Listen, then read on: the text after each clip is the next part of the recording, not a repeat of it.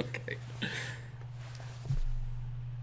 Thanks for tuning in to Howe's Things, the podcast and radio show from the David A. Howe Public Library, recorded right here in Wellsville, New York. I like that gumption. See, because last time you didn't get to do it, so it's only right that you do it now. So now I'm like, yes. gotta, give all the enthusiasm yes. today. It's National Library Week as we're recording. So I'm Nick Gunning, but I'm dressed as Robert B. Parker's Jesse Stone from the Jesse Stone series. Have you read any Robert Parker? I don't think so. Any Jesse Stone? Watch the show, the movies? No? Okay. I don't think so. All right, and what about you? Who are you? Who are you dressed as? I'm Allie Stevick, but I'm dressed as Luna Lovegood from the Harry Potter series. Favorite character from the Harry Potter series? Probably. It's a war in my mind between Luna, Hermione, and Ginny. Like, all of them are so great. Oh. What can you do? Okay, least favorite? I mean, like, Umbridge is the popular That's answer. what I figured, yeah. Like, yeah, she's just... Yeah. Do you have an unpopular answer? What's your hip, cool My hip cool. Allie answer? Well, I also really don't like... What is his name? Cormac McLagan. But that's also sort of to be expected. I don't even remember that. Who is that? Who is he? He's this dude who shows up and he's just like super like, yeah, I'm so cool, everything. And he's like kind of like flirting with Hermione, and Hermione's like, I'm gonna pretend to be interested in him to make Ron mad. Oh, it's a whole thing. It gets real teen romance, especially the movies. Like, I feel like the Half-Blood Prince movie is just all teen romance all the time. Well, and I feel like the Half-Blood Prince book is also kind of little... Like, parts of it, it's like, it goes back and forth between being like teen, romance, drama, angst, and being like, we are hunting down these horcruxes and trying to save the world. I guess you need both. One is heavier. One is heavier than the other.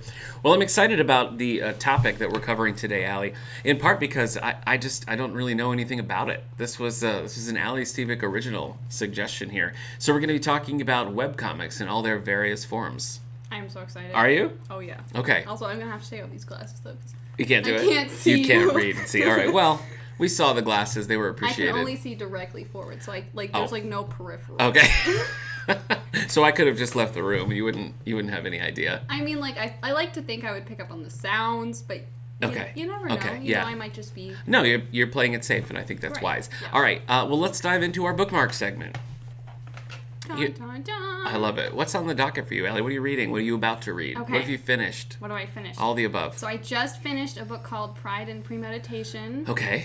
Which I'm a big Jane Austen fan. We did a whole episode, right? Mm-hmm. Our Victorian episode. Yeah. Is Jane Austen? She's Victorian. She's Regency. Regency. Which they're back-to-back. So. Good night, everyone.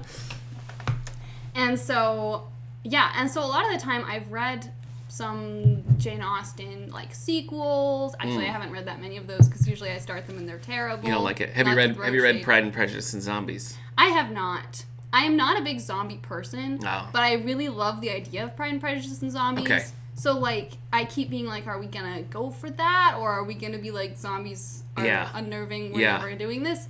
I haven't decided. Yeah, I never read any of those, but I always was delighted when I saw Sense and Sensibility and Sea Monsters and all that stuff. I was like, yeah, you know what? Absolutely. Let's do it. What I have read is Heartstone by L. Catherine White, which is like Pride and Prejudice, but set in a fantasy world with dragons. Oh, okay. And that is one that I was a fan of. Like, a lot of the time I'm like, this is just not as good. But that one was good. How close, is it direct parallels to, specific characters, or is it just, variations on the theme? There's direct parallels, and the plot it changes some in, I think, effective and fun ways, but it's pretty closely, a beat for beat. Oh, okay. But there are 2 sequels, the third of which I have not read yet, but the second of which just keeps going. Oh. Which is fun, because it's the same characters, but then it's what's gonna happen? Right. So, but Pride and Premeditation, I also liked, even though usually books that are spin-off, I'm not okay. They're just usually not as good, because Jane Austen is amazing. What are you going to do? Yeah. But it was a good time. Okay. It was YA Pride and Prejudice solving murder mysteries. And I liked it. It's a niche market, but was it written for you? Maybe. Is this the book that you keep talking about that you've written that you won't let us read? No, it's not that book. Okay, all right. So, I just finished that. Got it. I am currently reading Dragons in a Bag by Zetta Elliott. Okay. Which is a middle grade book that my brothers were like, this is a good Dragons in a Bag. Mm-hmm. Okay. All right. Yeah, this boy, he has to transport these dragons in a bag. In a bag. And if you feed them sugar, bad things will happen. So like Gremlins. I'm pretty sure they're going to be fed sugar at some point. Well, yeah. We haven't gotten to it, but I feel it coming. Hasn't happened yet. Okay, and are you liking it? So far, so good. I'm not real far in yet, but it's been fun so far. Okay. All right, that sounds decent. I feel like I've read a mixed bag. I read Project Hail Mary by Andy Weir. Andy Weir, the author of The Martian or Artemis. Are you familiar with any of these? His name is familiar, but I don't think I've read any of the books. Okay. The Martian's so great. It's I don't know if you saw the movie, the Ridley Scott, Matt Damon movie, but The Martian is the story of these people on this Mars mission, and there's this big catastrophe, and they have to take off thinking that everybody left on the planet is dead. Well, not everybody's dead. One guy is alive. And so it's like, how is he going to survive in the time it would take them to like get to Earth and come back or whatever. So it's like a survival story. It's just the one guy for the majority of it. It's expertly done. Great book. Artemis is not a sequel. It's a sci-fi set on like a moon base. It's like a heist on a moon base. And yeah, I'm right? here for a heist, here for a moon base. And that was everybody's thinking, and it's pretty universally disliked.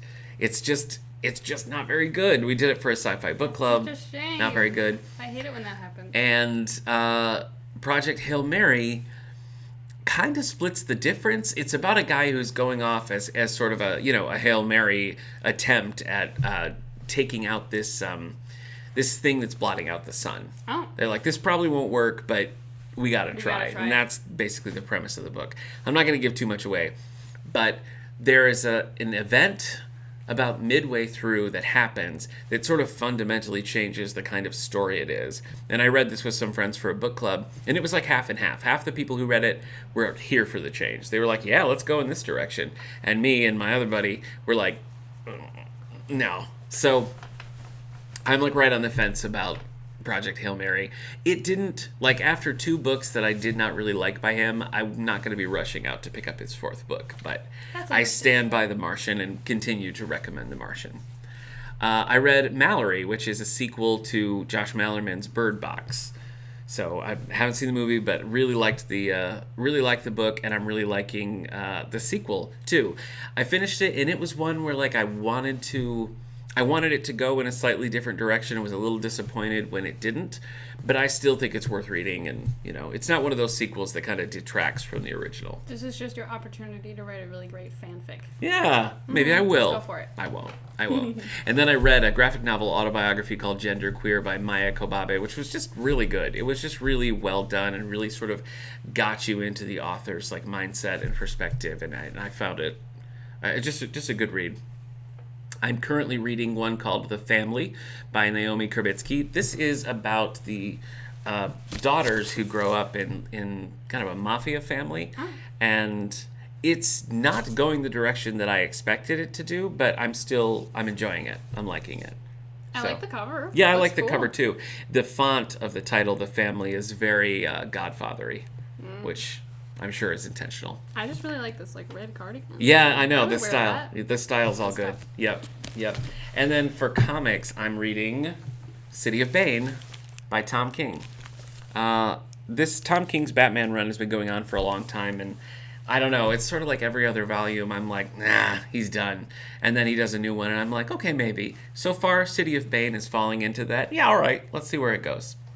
So that's my current comic reading. Are you watching anything good? Let's see, what am I watching? Oh, I'm watching the 4th season of The Marvelous Mrs. Maisel with my family. Oh, okay. Which we started watching not long after the 1st season came out. And we're like, this is absolutely hilarious. And it's been a bit of a wait for the 4th season, which makes sense. Yeah. Things have been a little bit weird. Oh, weird you mean in the world. production, not just you guys haven't gotten back to it. It actually took. It actually took a while. I'm with you. So, but I've been enjoying that so far. Let's see. I watched the first episode of Moon Knight. Have you seen the first episode? I did see the first episode of Moon Knight. Yeah. It was an interesting time. It was. I'll watch the second one, but I wasn't immediately drawn into it. I like Oscar Isaacs, so I trust. How can you not? Yeah, I mean, I trust that he'll be compelling. Did you like the show? I did. Yeah, it's like, I don't know. It's just such an interesting tone, and I feel like I'm curious to see how they continue to go, because so much of the first episode was just like, he doesn't know what's going on, you don't know what's going on, and I feel like that gave it a really unsettling feel. Yeah.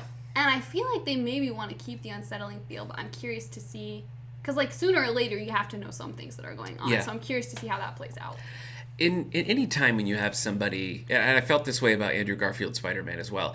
Anytime you have somebody who's just like naturally cool and charming, it's a really tough sell to believe that they're like, oh, a hapless loser dork that nobody likes. And that's how I felt about Oscar Isaacs. It was like, yeah, okay. Like, yeah, this guy like doesn't have friends and can't get a date. Sure. All right. And then the voiceover I thought was a weird choice. When he's hearing like whatever. Yeah. We don't even really know who it was. The voice they chose was very like Scooby-Doo for me, and I didn't quite I found it distracting. No? You like it? I didn't have any problem with it. Okay. I didn't think about it that much one way. It reminded me a lot of the Tom Hardy Venom stuff. Have you seen any of those movies? Not. There's a similar kind of thing, and it just that is done in a really funny way, and I don't know. Those are my two nitpicks, but I'll watch more. That's fair. I'll watch more. How do you rate this first episode compared to some of the other Loki or Falcon and the Winter Soldier? See, I feel like it's hard because I was a lot more invested in those. Because this one I was like, I don't know anything. We're just gonna try it. Yeah, I don't know a ton Whereas about it either. More like Falcon and Winter Soldier and like WandaVision and Hawkeye. Yeah. I was more like, let's do go. it. Okay. So, which speaking of, yes, I did just read the first of those Kelly Thompson Hawkeye. Oh, the Kate Bishop stuff. Mm-hmm. Yeah. And I enjoyed it a lot. Oh, did you? Okay, cool. Time. Yeah, I have read. I can't remember if I've read those. I know I've read some Kate Bishop Hawkeye, but you're talking about those smaller, like, digest-y size. Yeah. Yeah. My wife has read those. I can't remember if I've read those or not, but I always like Kate Bishop as a character, so. She's great. Pretty thumbs up? You like them? Okay. It was a good time. All right. Yeah, I'm looking forward to all of the superhero stuff that's in the pike, and I'm actually been really enjoying the third season of Batwoman and the second season of Superman and Lois. Those are my superhero. I've been hearing really good things about Superman and Lois. We have the first season on DVD. You're an analog family. You can check out that DVD.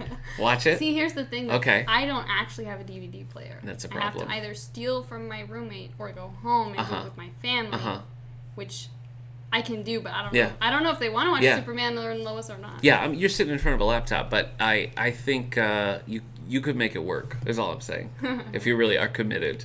I think you'd probably like Superman and Lois. There's a good chance. I don't know. Yeah, I think you'd like it. Anyway, you know what, though? I watched Nightmare Alley. Guillermo del Toro. Have you seen that? I have not. Okay. Yeah, I was like, yeah, okay, interesting. It was another one where it was like the ending left me a little like, I get it, but it wasn't like what I signed up for, I guess. But great performances. Bradley Cooper's really good in it. Willem Dafoe, always fun to watch, you know. True. Kate Blanchett's great. So, yeah, I think it's worth a watch. And then we're still watching Shining Vale over on Starz with Courtney Cox. I almost said Tori Spelling, which would not work, but it's Courtney Cox and Greg Kinnear who are in that show. And it's a bit of a take on The Shining. And it's a good balance of horror and comedy. More like terror versus horror, but I'm liking it. It's a good time. I don't know how I feel about terror. Oh, that was off-putting too? A little bit, well, every year I have this conversation. Like every year when we do the Halloween episode with my friend Sally, we always have this conversation of like this really specific kind of scary that I like. There's certain lines that I'm like, if you cross it, I'm out, you know? And Shining Vale is hitting it just right for me. So excellent. That's the best part about it. Yeah. I do like scary stories. Okay. Like, especially like the Victorian ghost stories, like the Mary Shelley. I know I said the word Victorian. You did, so yeah, you did. Well, of course. Yeah. But like, I don't tend to be into scary movies as much. Yeah. Partly because I think I just have more trust the Victorian ghost story is going to be the kind of scary that I'm going to be okay with. Mm-hmm. Whereas a scary movie might just be like, we're just going to cross all the lines that you don't want crossed. Oh, you know, I'm thinking there's a scary movie that for me is like, this is the one that I'm always searching movies like, and it's What Lies Beneath with Harrison Ford and Michelle Pfeiffer. So good, and I think it's what you're describing. I think you'd be down for it. It's like a Victorian ghost story movie. Well, kind of. Honestly, yeah, it kind of is. But you know, obviously set modern. Harrison Ford and Michelle Pfeiffer, great in it. So yeah, that's my Halloween recommend for you. So you've got 6 months to decide whether or not you're. That soon already? Yeah, I gotta be planning. I know it's April. Okay, I'm trying to think. I think that's it. Anything else you're watching or reading you want to talk about? Let's see. Anything else I'm watching or reading? I don't think there's anything else I'm watching. Okay, I read a lot of webcomics recently, but I'm always we'll save it. We'll save it. But, yeah. We'll save it. Okay, let's get into some book news. Dun dun dun. All right, Allie, I thought that we would do the YA, Young Adult hardcover bestsellers over on the New York Times page here. This is always, not always, often a disappointing list because something will be on here and stay on in perpetuity, I guess. I don't know. I think that's kind of fun, though. You're like, do you? Yeah, still there? Still there. Okay. I mean, if it's like all ones that are still there, then it's kind of like, oh, okay. But all right, well, take us in. Number 10. All right, number 10. I Must Betray You by Ruta. Is this Sepetis? Is that how we pronounce her last name? I've always said Sapides, but I don't know. I don't know either. I just looked at it and was like, how do we think we should say this? All right. If one of the two, we're open to correction.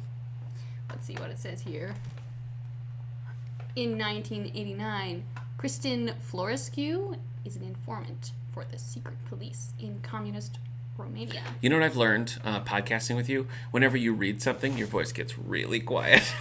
1989. Boy, I was living my best first grade life in 1989. Oh, I was doing something in 1989. That's deep. I was definitely spiritual. Born That's spiritual. At that point, absolutely. Secret police in the communist Romania. How do you feel about that? I mean, sure. Like, I'd give it a try. All right. Number 9, 5 weeks on the list. Loveless by Alice Oseman. Georgia, a British teenager, works on accepting her aro-ace identity. I don't know what that means. So aro is aromantic and ace is asexual. Oh, okay. So the idea is that she's... Got it. Okay. Yeah. All right. Loveless. Absolutely. Okay. Yeah. See? It's a learning podcast. I'm going to click educational when I have to say what genre this is. Yeah. Education. Yeah. You will learn things today. All right. Number 8. 40... How many? 45. 45 weeks on the list, which isn't a surprise, really. Yeah. These Violent Delights by Chloe Gong. A reimagining of Romeo and Juliet set in 1920s Shanghai. No thanks. Which we talked about this one before, and I was like, wow, that went in so many directions that I wasn't expecting it to go. Yeah. And I thought, maybe I'd read this. And I looked into it, and I read the blurb, and I was like, no, this is not our kind of book. Okay, well. Number 7, with 27 weeks on the list, The Hawthorne Legacy. Kate, our old pal Kate, all in on this series. So I'm sure she's read this one. I'm pretty sure she Avery has. and the 4 Hawthorne grandsons have a new family puzzle to solve. Hey, you like family puzzles. I do like family puzzles. Just all of you gathered around, I'm guessing like lamplit room. Is that right? Oh my gosh. At certain times of year, we'll have a day where we turn off all the electric lights and just use candlelight. I'm not kidding. My brother's I don't think you're kidding at all. I believe that. I'd be shocked if you didn't. All right, number 6, 23 weeks on the list. Iron Widow by Shiran Zhao. Zishan becomes I just guessed on that name. Good for you. Chrysalis pilot to battle the... Hundans? I think the Hundans, but it has an ulterior motive. Oh. I've heard really good things about it. Oh, have you? I've heard nothing about this, so good for you. Number 5, 16 weeks on the list. You've Reached Sam by Dustin Tao. After the death of her boyfriend, Sam, Julie can still reach him via cell phone. Ooh. Yeah, I've heard a lot of buzz about this one, too. Yeah. Okay. Do you think it's time travel-y, or do you think he's just... No, it's like spooky, like she calls him, and he just answers. Which, I mean, maybe there's time travel, I don't know, but the like, what they tell you before you read the book is she calls him and he just answers. That sounds fun. What? That sounds fun. It does sound kind of fun. Huh. Okay. All right. Number 4, with 5 weeks on the list, Gallant by V.E. Schwab. Olivia uncovers long-buried family secrets. Oh, almost like family puzzles. After arriving at Gallant. I guess so. Do you guys have long-buried family secrets? Not that I know about. Well, they're secrets, so how would you? Okay. Yeah. My wife loves V.E. Schwab. Yeah, I'll give him a call. Number 3. Oh, new this week. Exciting. Woohoo. Very exciting. So This Is Ever After by F.T. Lukens. A new king must find a spouse before his 18th birthday in order to stay alive. Oh, that's so many things. Yeah, it was a bit of a twist at the end. I thought it was going to be like, or will become a pauper. But no, he'll die. He'll straight up die. This is like almost like the reverse, like 1001 Nights. Huh. Okay. Does this do anything for you? Like, it definitely piques curiosity because I'm just like, what is going on here that this is happening? Yeah. But, yeah. Okay. Oh, here's an old favorite. Number 2, 218 weeks on the list. I don't think this is ever going to leave. What is that? Just lives there forever. We're like, 4 years in now, right? I don't do arithmetic, only gosh, mathematics. You were a math major. I can do calculus. You're a math major. Arithmetic. Anyway, it's been here forever. Karen M. McManus, for 5 students, a detour into detention ends in murder. Dun, dun, So it's like a dun. stabby breakfast club. Exactly like that. Okay. Ooh. Also new this week, number 1. A magic steeped in poison. Judy Lynn. In an attempt to save her sister's life, Ning takes part in a cutthroat magical competition. A cutthroat magical competition. Does it do anything for you? You know, not that description, but I have read about this elsewhere, and it does sound pretty cool. Okay. So, all right. I'd maybe give it a try. So you give this one-line synopsis a thumbs down, but the book itself you're open to explore. I'm open to exploring the book itself. All I mean, right. not that the synopsis is bad, but I'm just, that itself isn't doing it for me. What is your percentage of, like, when you're reading, like, are you sort of like alternating adult, young adult, junior, or is it just like whatever strikes your fancy? Like, what's the percentages that you're doing? That's also a math question. There's some alternating of like adult, young adult, and junior. Yep. I try to, because I find myself more likely to be reading junior and YA books just because, A, I see them all the time. Yeah. And so I notice ones that I want to read. Yeah. And B, since I'm like buying them and being like, which ones do we need to Oh, have in the yeah, library? I'm like, yeah. ooh, this one looks great. Yeah. Whereas the adult ones I just am not as aware of. Uh-huh. But I'm also like, we should probably be reading some of these and would probably enjoy. So I try and do a little bit of a balance. How is your Louise Penny journey? I am on the 6th book. 6th book. We're working our way through. Okay. And over the course of how many, like, when did you start this? Not long ago. I started it right around the new year. Oh, okay. All right. Well, that's fine. Then that's a healthy number. I've been trying to pace myself. Yeah, like 1.25 per month or something like that. Yeah, rather than just, because when I listen to them, often it's like, and 2 days later they're done. But so I try and like intermingle other things. What are you doing that you could listen to an audiobook that much? Are you like, I can't just sit and listen to an audiobook. Well, whenever I'm like cleaning in my house Yes. or doing dishes, Right. I'll listen to an audiobook. Yeah. And then if I'm knitting or anything like that, Yeah. which I do like to knit, but I don't usually like to just sit there and knit and that's all I do. So then I'll listen to an audiobook. Sometimes if I'm doing something here where I'm like just checking books in or out, I'll put it on for a little bit. Mm-hmm. And then sometimes if I'm really into it, I will just sit and listen to it. Oh, really? See, I just can't. I don't know. I just get too antsy. I can maybe finish something like that. If I've got like 20 minutes left, I could sit down and do it. But otherwise, see, that's the nice thing about a hobby like knitting, because my wife knits as well. And she can do it while we're watching TV or whatever. My thing like that is playing my ukulele. Mm-hmm. Doesn't really go with audiobooks or TV. Yeah. So I need to find something. Maybe I'll start crocheting. Do you ever crochet? I do, yeah. Okay. What do you prefer? I prefer knitting, but I don't. I think that's just because I knitted for a lot longer, and so I'm like, this is our home jam. Right. We're just like knitting over here. What about like when you have the like cross stitch, like right when you have a little I've frame? I've never done any cross stitch. That seems fun. I have done embroidery. Okay. Embroidery, I recommend. Oh, what a lovely little cul-de-sac into crafting we just took there. Oh yeah, crafting is great. Oh my gosh, Allie, here it is. It's segment time. Are you ready? Yes. So we're talking webcomics, and I don't remember how this came up. Laura Olympus, I guess? Probably Laura Olympus. Okay, because Laura Olympus won, a couple things. It was on the Goodreads Choice Awards. Mm-hmm. I think it either won an Eisner or a Hugo. Don't quote me on that. I have the book here. Let me see if it Okay, says. yes. So it won a couple awards like that. And this was kind of my introduction, I think, to like, a more modern wave of webcomics. Because I have some like way back in my past that I did, but I guess I kind of missed the boat that this was like a thing. But as soon as we started talking to it and I looked into it, it was like it was like you gave me this little key and I just opened this door and it was like webtoons. So I think we started talking about it on Laura Olympus. I think that's probably true. Because you had already read it, like prior to this collection, you're way ahead of what this collection is. I am up to date. This is old hat for you, but it was Eagerly all new waiting for me. the next season. All new for me, but I loved it. I really did. It's like so the good, first right? book, yeah, super good. So what's your origins in the webcomics game? So, I don't remember how I stumbled across it, but somehow, for heaven's sakes. when I was like 14, so this is like almost a third of my life we're talking is how I'm reading webtoons. When I was like 14, I somehow stumbled across this webtoon. It might have been like a Facebook ad or something. Yeah. But it was called Where Tangents Meet. Okay. It's by a creator called Instant Miso, who's done a couple other series, Siren's Lament, and now she has a new one going on, Eternal Nocturnal, I think it is. Yeah.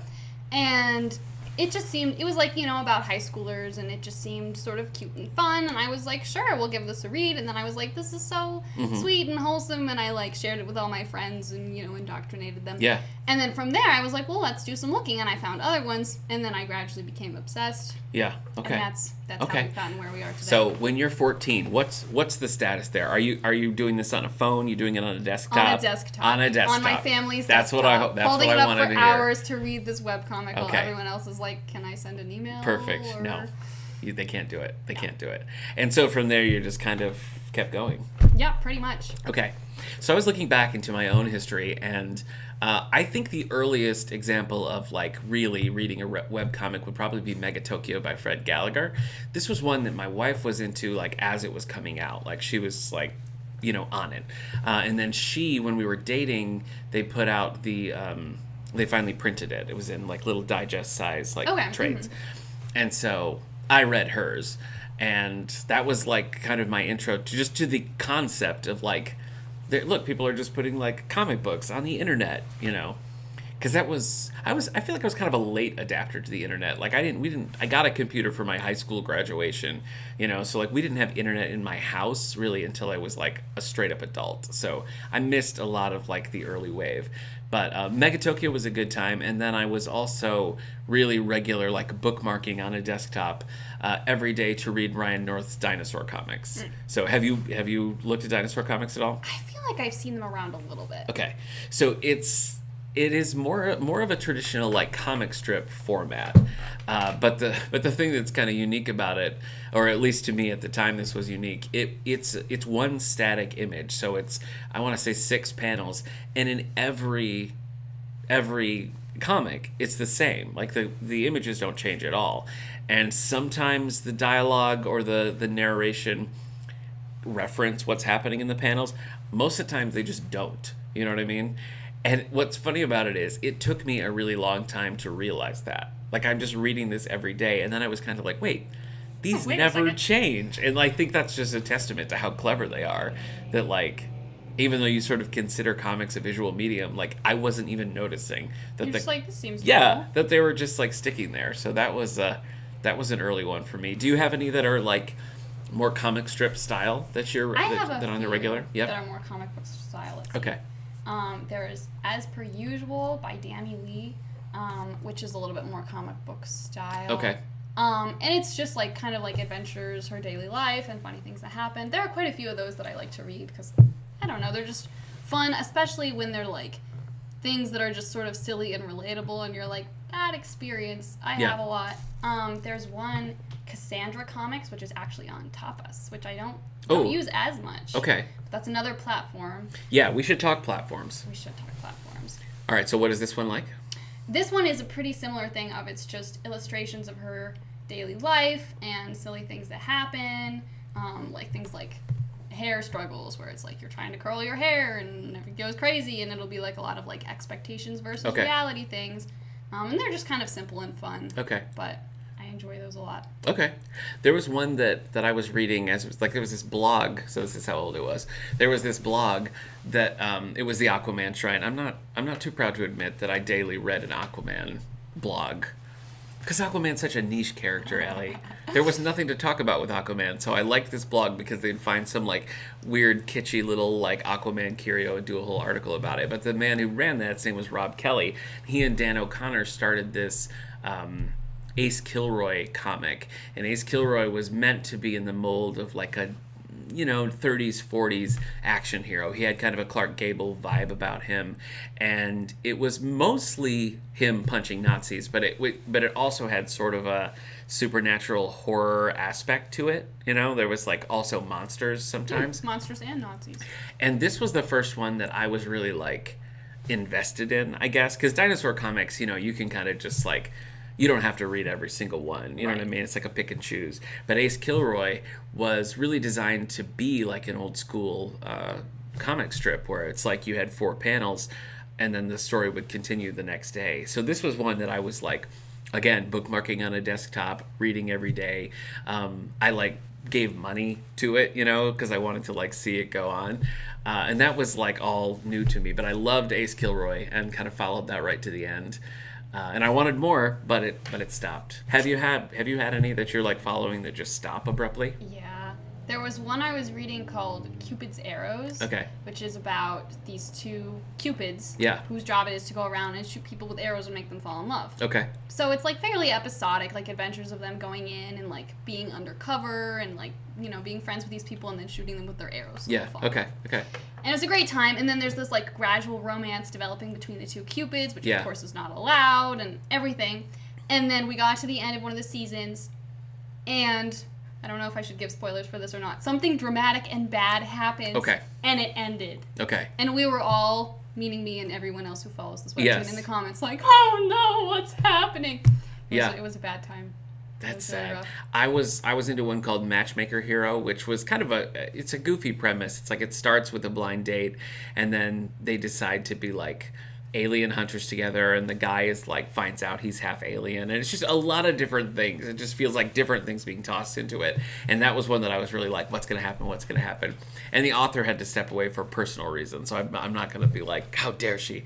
But it was one that ended when I wanted more. Like, and it kind of, you can kind of, Madeline Ince is the author on that, but it kind of has one of those endings that feels like, all right, game on. You know what I mean? Like the adventure continues, but I wanted the adventure to continue, and it didn't. Before we get any deeper, let's talk a little bit about platforms. So what are the main platforms you're using? So the main platforms, I mostly use Line Webtoon, which I think is kind of the standard. Okay. A lot of things are there. A lot of things that you can find elsewhere, like on Facebook or Instagram and things, will also be there. Okay. So like the Sarah Anderson, Sarah Scribbles comics. Yeah. Those are on Facebook, but they're also on Line Webtoon. Yeah. So there's that. There's Tapas, which I think they might also have like just like straight up novels or something. Oh, okay. Wait, I'm clicking on it and looking right now, which I've never experimented with. I haven't used. Oh yeah, there you go. It's just like a straight up novel. Okay. That's crazy. I haven't experimented as much with Tapas, but what I did find that I really liked, besides the Cassandra comics, is this Fangs comic, which did eventually get published in a book. Oh, there we go. Which we Okay. have in the collection. And this wasn't available anywhere else, so I was like, well, I guess we're trying a new platform. And I don't have any complaints about it as a platform. I think it's good. Free sign up and everything? There's no... I haven't run into any, paywalls or whatever? so far. Yeah, okay. So... Okay. But... Webtoon is the one that I downloaded once we started talking about this. Mm-hmm. So that's the one I have the most experience with. I've looked at, other things here and there. But what I liked about Webtoon on the initial sign up was you log in and it gives you a bunch of images and it's like, click all the images that you like. And I thought that was kind of a clever way to, gauge what things you're going to be drawn to. And then, it asks for genres and things and gives you a bunch of samples. And I found a lot of stuff that I was pretty into there. You know, I like that they have you can look at things that are completed. Because I ran into one. The one that I was instantly gravitating towards is called Traveler, and it is, I guess you'd put it in the superhero category, but it also has sort of a sci-fi element of subtle things about the world keep changing around the characters, and sometimes it's obvious, and other times if you look back panel to panel, you'll be like, why is he riding a different bike now, or something like that. And so I'm liking all of these little things that are coming up just within the story, sort of outside of what the main plot is. But I discovered that one, and that's the one that I read through really quickly, and I was like, what do you mean what do you mean I have to wait a week? This is the story of my life. So I liked having the option of these are completed, you can read these just binge start them. to finish. Yeah. I do love a Saturday morning just binge of a complete webtoon. Yeah. That's Travelers by T. Campbell. But one thing I didn't realize until I started looking at that was, so I have the Marvel and DC apps, and they each have their digital stuff. DC's is very traditional comic book. Marvel's Infinity Comics are the Infinite Scroll situation. Okay. I think we talked about this a little bit before, but I thought that was just so cool that I never experienced like that. And I didn't realize until I started looking into other webtoons that they were kind of just adapting to that style. I thought what a clever thing they came up with, but no, they were just kind of late to a train that had already taken off. That's funny. But there is one Infinity comic that I want to mention, and I noticed a lot of them actually are on the Webtoons app as well. So you can find them different places. That's good to know. My go-to is one called Spider-Bot, And this is Spider-Man has little drones that he made during the Superior Spider-Man arc, and the little drones are the main characters. Like Spider-Man's there, but he's like, all right, this is your mission, go off and do these things. And so they get into shenanigans and hijinks. And it really was one that I was like, I'd get a little notification on the Marvel app and I'd be like, yes, a new Spider-Bot. So that was my go-to. But a lot of them are good. There's a Deadpool one that's really cool. There's a Shang-Chi, Fantastic Four, there's X-Men, lots of good stuff on the Marvel app as well. And I was surprised to see them on Webtoons. Yeah. Are those the main two that you're using then? Those are the main two. There's also Tiny View, which I discovered because there was a couple of comics, again, ones that are a little bit more comic strip-y, that I was following just like on Instagram. Yeah. And they would put out their comics, and I was like, this is great. Mostly Lunar Baboon and Foul Language, both of which are kind of parenting comics. Yeah. Which I'm not a parent, but I have two little brothers, so sometimes it can be relatable. Both just really funny and often fairly wholesome. And then in both cases, after a while, they were like, hey, our stuff's on Tiny View now so that we can get paid. Which, I haven't run into a paywall. So I don't know exactly how that works. But I'm like, sure, I'll hop over to a different website if it means that you will get paid for this. Right. Yeah. So, and I messed around with that a little and also ran into another comic that I enjoyed, again, kind of comic strippy, called Itchy Feet, which is about, like, traveling in foreign countries and some of those, like, weird cross-cultural things where you don't quite understand each other, or you're trying to ask for fish and you get not the right thing. And, which was a lot of fun as well. Yeah. So, yeah, I think there's a lot more good stuff on Tiny View that I just haven't found yet. Okay. All right. I like one of the things that I've noticed about like digging into them, and even something like Lore Olympus. And in fact, there was one that I'd read in print form prior to Lore Olympus that I didn't realize was a webcomic that was called Check Please. It's by Ngozi Ukazu, and it is about this guy who's in college who's just like very small, and he like really wants to play ice hockey, and is also a baker and has like a video. Like a video blog about baking and hockey. And so, and it's a romance as well. And it's 2 volumes in print. And the thing that was just kind of blowing my mind a little bit about it is like, that premise is nonsense, And I think you could say the same for like a Lore Olympus kind of thing, or even, some of the things that we're talking about here. It's like, those would probably be a tough sell in a traditional like comic book market to be like, no, but he likes hockey and baking. Right. It's just kind of like. But then when you read them, you're like, this is great. Let's binge this now. So I think the freedom of the format and the fact that like, yes, obviously they're designed to be read, and the more people who read them, the more like profitable and beneficial it is to the creative teams behind them. All of that is an important factor, but like, they're not sales driven. You know what I mean? And so like you can really have the freedom and the flexibility to just like throw things on the wall and see what sticks, and what can find an audience if it's just out there and available. So I think that, and I mean, obviously you're much more experienced in this than I am, but like just from me dipping my toes into this world, I've just been impressed by the variety of voices that are represented, the kind of stories that are told, and just the nonsensical like windows into these really good stories that I think, again, if you were based on that traditional like sales model, would never see the light of day. And I just think that's a really cool thing. Absolutely. Creatively, Well, it's like, the Nathan W. Pyle Strange Planet comics. Yeah. Like, which again, like what even is the premise of those? Like, it's sort of about life experience. Yeah. But they're aliens. Right. And it's like, but they're amazing, and like those blew up, and like you see them everywhere now, and all your friends are like sending them like, this is hilarious. Have you seen this one where, like. And so, I just think that's so fun that someone can just kind of put those things out there, and they just people resonate with them, and it goes somewhere. They're able to connect with people, and you don't have to go through that process where you're sitting in a room being like, okay, so these nondescript aliens describe inane everyday things in complex language. And it's hilarious. You don't have to do that, but they could just be out there, and people can find them. That's my brother Steve, who's been a guest on the podcast many a time. Those are his go-to. He's always sending me like those. Oh, they're so good. Yeah, they really are. I love them. They really are. Are there others that you want to mention here? Let's see. What others do I want to mention? I tell you, there's one that I'm into at the moment called Supersonic Girl by Sandra Diaz. I'm a big superhero fan. Did you know that? I've ever told you that before? That seems familiar. Because I read an Aquaman blog for a long time. But Supersonic Girl is really, I mean, it's just kind of a low-level superhero story. And it starts small, and I want to say there's like 100 issues or something. It's finished now. But as it goes, it really kind of builds its stock of characters, and you're just kind of seeing different sides of it. It's superhero, it's actiony, but it's like at its core just very pleasant. And that's something that it's kind of similar to what I like about Spider-Bot, is that like it's a good story, and it's just sort of like relaxing and nice. So I would recommend Supersonic Girl by Sandra Diaz. It's just a nice experience. It is. Yeah. I remembered another one that I wanted to discuss. What do you got? This is from the Webtoon app. It's called Love Advice from the Great Duke of Hell.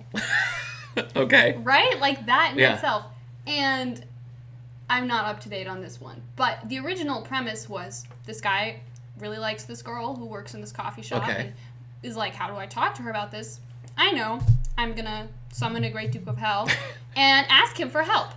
And it's hysterical. And so he starts out and he's summoning the Great Duke of Hell, and there's like really great, like cuts of them like playing Minecraft together and things like that. Amazing. Yeah. And it just goes totally off the wall. Like it just goes from there, and then it's like, actually this character was a Great Duchess of Hell all along, and ha ha ha, and like his little sister is now part of this cult, and they're traveling in hell, and he's dead, but maybe he's not dead. It's all over the place, but it is such a good time. Uh-huh. So I definitely recommend that one. No, it sounds good. It sounds kooky. What is your like? How do you decide when you're when you in a webcomics mood? Like, is there a certain thing you're doing? Is it like right before bed? Is it like morning, lunchtime, or just like whenever? Kind of whenever. There are some that I follow, and so when they come out, just like drop everything. And... Pretty much, yeah. And so, and I think they're like supposed to hit at midnight because of how time zones work. For here, they hit at 9 p.m. Oh. So 9 p.m. on a night when a webtoon comes out is when I'm like, let's go. Nice. And so then often once I've read the episode, and it of course ends on a cliffhanger, then I'm like, all right, let's browse through some that we're not caught up on. Let's find some new ones. But sometimes over breakfast also I'll be like, time to read some webtoons. I like being able to, like the other day I was waiting for my friend to pick me up, and it was like I didn't really have time to get into a book or even like pick up City of Bane over here, and I was like, webtoons, Supersonic Girl, and it's nice, it's cool to be able to do that. I guest hosted an episode of Previously on X-Men over on radio meanwhile, and we were talking about one of the Deadpool one, Deadpool Invisible Touch, and what I like about it so much is that it is just so easy to just like sit back and like flip. Mm-hmm. And I said there, and this is true, like I've never read one of Marvel's Infinity comics not just like in bed right before going to sleep. Mm-hmm. And it's just nice. Dangerous. It is dangerous. You don't always go to sleep. That's true. That blue light's not good for you. You gotta have a nice filter chaser. And the blue light glasses. Yep, some traditional book. But it's nice. It's nice to just be able to do that. And I've also found, they're definitely not all family friendly. But there's one called A Budgie's Life, which my son loves birds, particularly chicks. But any like little cute bird, that's all he needs. That's his only window into a story. I can respect that. That is a free pass.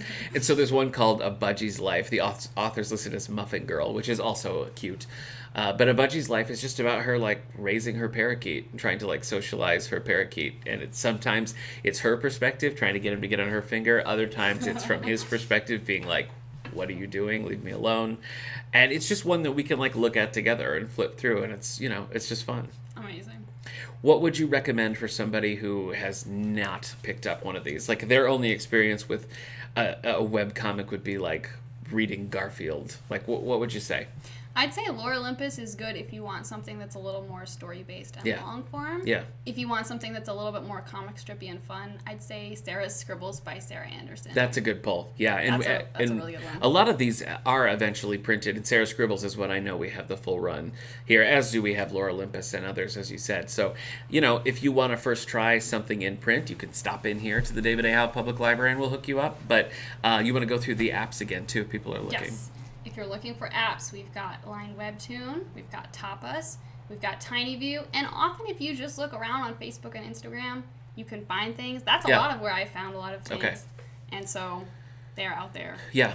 And again, for somebody who like was not well versed in this, I found the startup and the intro into webtoons to be good, and it, because there's so many, I think that could be overwhelming to like open up an app and be like, all right, here's 3,000 that you can read. It's like, find what you want. Webtoons in particular, I felt like had a good thing to narrow that down and give you something that if you don't like love that one, it'll kind of put you in the right area to find what you want. So, I think so easy enough to do and explore.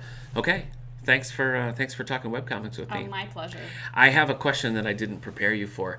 As we're recording now, we're on the tail end of National Library Week, and I'm just curious a little bit about your history with libraries. Oh, okay. It's funny you should ask. Is it? It is funny. So my history with libraries. So my dad is actually a librarian. Yes, yeah. And has been for as long as not my whole life, but as long as I can remember. Yeah. And so I, of course, grew up around libraries, constantly going to libraries. My mom was on a library board for a while. Mm-hmm. My brother is currently a library volunteer. And I came to this library growing up as, like, the, special occasion. Like, we're going to the Wellsville Library, yay! Yeah. Nerdy homeschool things to do. Yeah. And now I work here. Yeah. It's crazy. Yeah. So. Okay. Did you have any ambition to, work in a library? Was that ever something you thought you'd do? It definitely should have been, but it wasn't. Strangely, I didn't think about it. I was like, oh, I'd love to have a job where I can, be creative and interact with people, but not all the time. And, something having to do with literature where I can maybe do crafts. But, and it never clicked for me that, a librarian, which should have been a really obvious thing in my family history. True, yeah. It's the family business. Yeah, it is the family business. Yeah. But I didn't think about it until I saw the, job description for this position, and I was like, wait a second. Yeah, and you're almost at your year anniversary. Do you feel you made the right decision? I definitely do. That's good. That's good. I've talked about mine before many a times on this podcast, but in brief, my first library job I wasn't and I have now chosen a career. I was 19.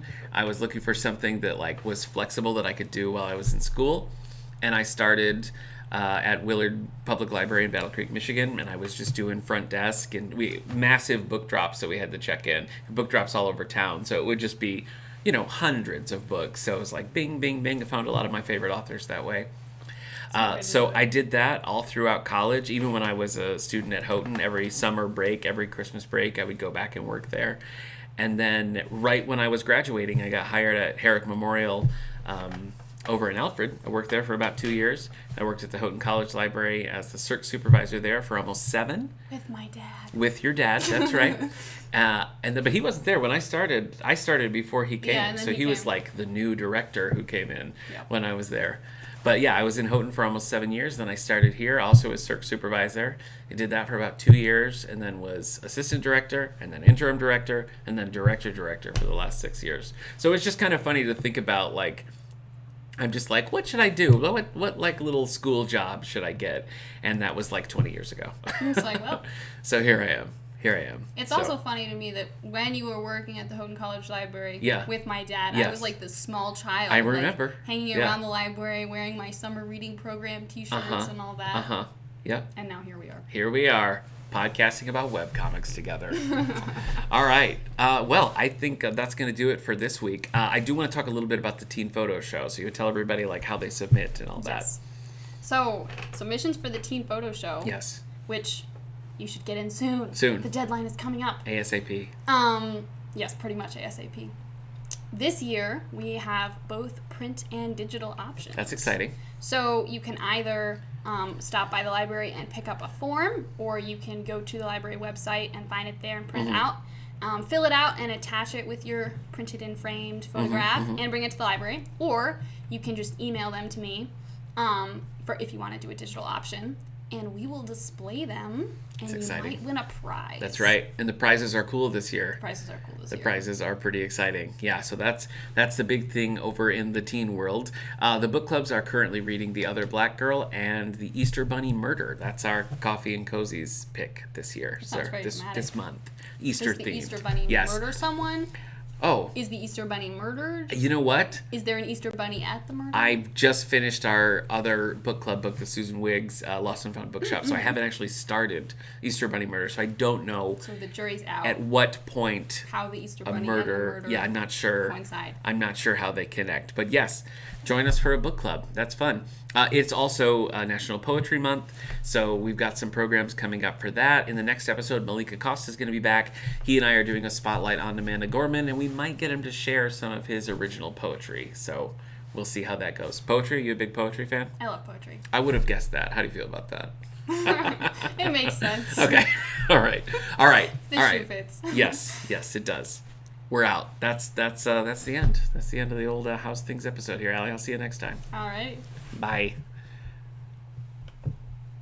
This is my favorite part where we're awkwardly trying to press stop record. Okay, we're really... Oh, wait, have you been on a shot this whole time? Possibly. Oh, well. Sorry, everyone. This is what Allie looks like, dressed as Luna Lovegood. Okay, bye. Oh, yeah, glasses. We got to see it. And I even brought a Spencer book, or a Jesse Stone book to hold up, and I didn't do it. So there you go. I have these books to hold up. Those aren't really relevant to your costume, though. Relevant to our topic, but okay. That's it.